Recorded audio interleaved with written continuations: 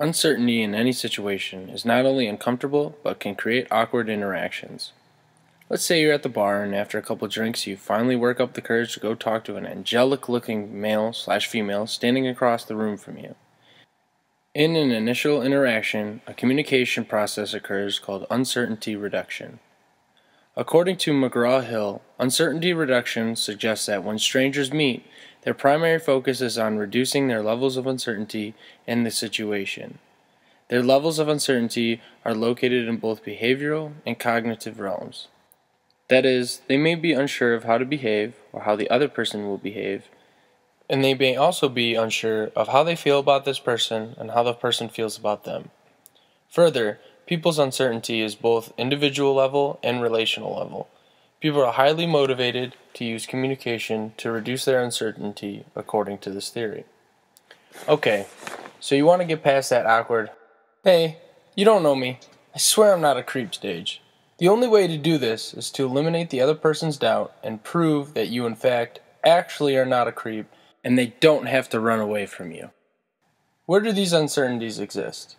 As the definition states, there are levels of uncertainty that are located in both behavioral and cognitive realms.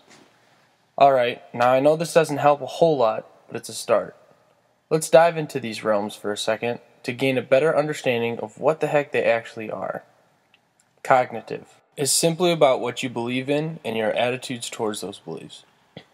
Now behavioral. Charles Berger and James Braddock say that behavioral uncertainty is the extent to which behavior is predictable in a given situation. In society, there are these things that people call behavioral norms. Here, there are some gray areas, but for the most part, behavioral norms are known by the majority of a population in a given area. With this understanding, the more you decide to ignore these norms in an initial reaction, the more uncertainty will build in the person standing across from you. Now you may be thinking, great, I know where the uncertainties lie, but what do I do to, reduce them? People take on one of three different interactive roles when meeting new people. The first role is passive. These are people who observe from afar to gather information about another. To stay with the bar example, you decide to observe the person who has caught your eye long enough for you to gain a decent understanding of who they are and how they act. Now the second role is active. This person reduces uncertainty without direct contact. For example, if you were to ask a couple friends who might know your person of interest, you might ask them what they're like, how they act. The third role is interactive. This person deals with uncertainty by engaging in direct dialogue with another person. For example, if you walk up to this god/goddess of a human being and say, "Hi, my name is fill in the blank. What's yours?" I told you what uncertainty reduction is and about the cognitive and behavioral realms and the three interactive roles. Now I'm going to put my hitch hat on here and give you a few tips. Say you really want to get this person's number. You have to understand the stations of relational development in order for that to be a possibility. Charles Berger and R.J. Calabrese created 3 stages for interaction between two strangers: the entry phase, personal phase, and the exit phase.